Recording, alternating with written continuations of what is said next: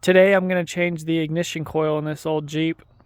This should work for most of the early model Jeeps. The Jeeps Cherokee, Comanche, and Wranglers with the 4-liter. So the ignition coil sits right over here on the left side of the bay if you're looking at the truck from the front. That's it there. Looks like it's being held down with a little Torx bolt there and one over here in the corner there. And then we got our spark plug wire. And then 2 clips down there that we might have to disconnect. Haven't done a coil on one of these before, so this will be interesting. Looks pretty easy though. So let's get started. First thing I'm going to do is just disconnect this wire that goes to the distributor. Set that to the side. Now we have a little bit more room to work with. I'm going to go find the correct torque size bolts for these and start torquing those out. Okay, so I found the correct torque size, but before we go any further, I almost forgot. Let's disconnect the battery first.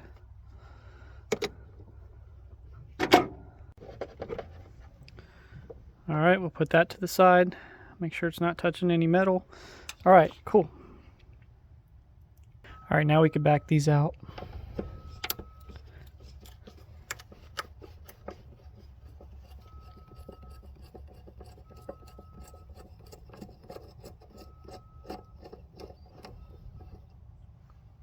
Okay. There's one. Let's put it somewhere where I'm not going to lose it. I'm not really sure where I should put it, but I'll set it there for now. Let's get the other one.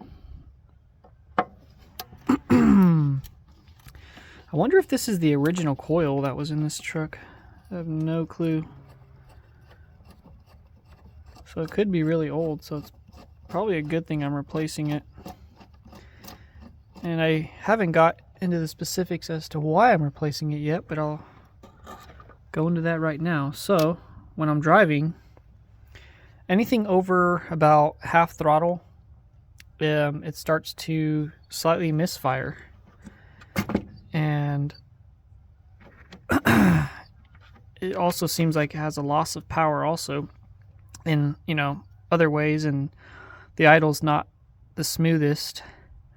So I feel like it could be traced back to this coil, because it's got a new distributor, cap, rotor, wires, plugs, all that. But the only thing I didn't touch over here was the actual coil. And that one coil powers everything over there. So I think it's a good measure for me to replace this. And if this isn't bad, at least I could put this as a spare in the back of the truck, so that way if the new one I put in ever goes out, I still have this.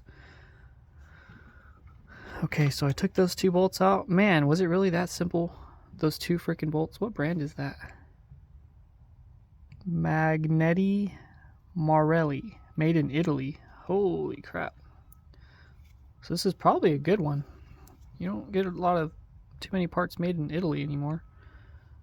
But it is really old. Look, it's got rust all over it on the magnet part right there.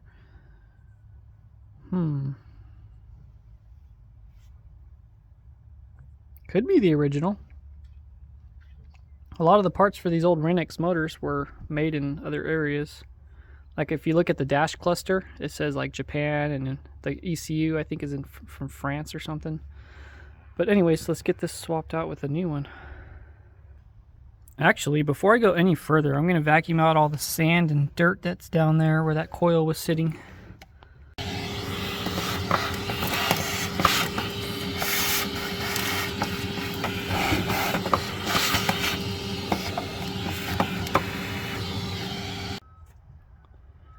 That looks a little better. The new coil I'm putting in is this one from Napa. Their Etchlin brand, I guess. Let's see if it looks the same. Let's say that's pretty identical.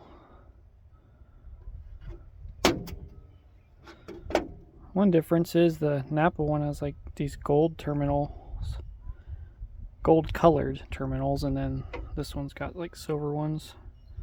Probably doesn't matter too much anyways. Let's see, this one says positive, negative, Positive, negative. You know what I find really weird is when I disconnected it, there was nothing even connected to those, right? Where the hell is the plug that goes into those? And how was it running without having anything plugged into that? I'm so confused right now. Oh, I'm so dumb. Okay, I'm tripping. So this shit here is like basically goes in there. See those little contacts? So I don't know what goes to that though. Is that like a little ground prong or something? Oh shit, so the one that was in there might not even have been grounded. Wait a minute. Something was on it because you can see the marks. You can see something was plugged into that thing on the little center prong. But that's weird because it was sitting like this, right? And then, so how does anything plug into that? Okay, so the prong does kind of stick out a little bit. And it gives you enough room to plug something into that. But where is the ground prong for that? It might be here in this mess of wires. Let's see, I got this. Could be this. But I don't know for sure.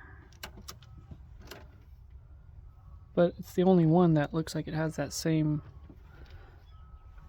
type of connection. Well, I guess when you're putting your new one in, just make sure you have your wire for that.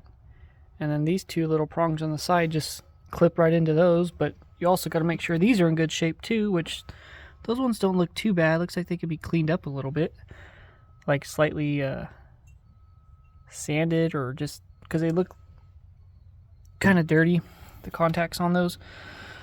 But yeah.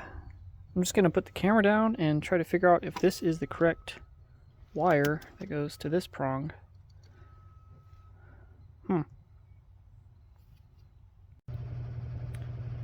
So I ended up just setting the new coil back in the way the other one was and threw the two little Torx bolts back on. But one thing you want to make sure you do when you're setting it back in is these two prongs here, you want to be watching right here and make sure they're going into the connectors right, because there's like a, you know, the two little female prongs that are sticking up, and your prong can easily go to like the side of it or something. So just make sure it goes in between the two prongs on both of them, and that's what I did. As far as that center little connector there, I don't know what that is yet. It might not even need to be connected to anything. I don't know. I'm guessing it's some sort of ground. So I'm going to do some more research and figure out what wire possibly goes to that. But nothing was already connected to that as it was with the old one. And it was running. So I'm just going to put this one on and, you know, see if it starts, and then do research later on that other prong and see if it does need a wire. I mean, I feel like it does, because if you look at this one, you could see that at one point it had something connected to it. You could see the little mark where it's been put on and taken off or whatever. So, and I'm not sure if this is it. This is the only one I could find with that type of connector, but I mean, it's red. It looks like a power wire. Look how thick it is. So I don't know. I don't want to stick that on there and try to start it and mess something up. So I'll go do research. But for now, that's bolted on. We can get our spark plug wire, or distributor wire, I mean, and plug that back on. Does it fit? It fits. Why wouldn't it fit, right? Okay, so there's that, and that's literally the only thing I disconnected. That's insane. But I will put the ground on the battery back on, and we'll see if this thing starts.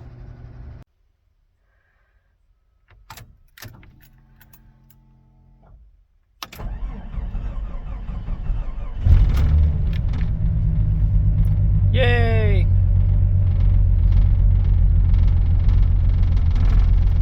Now is it going to have a better idle? That's the real question.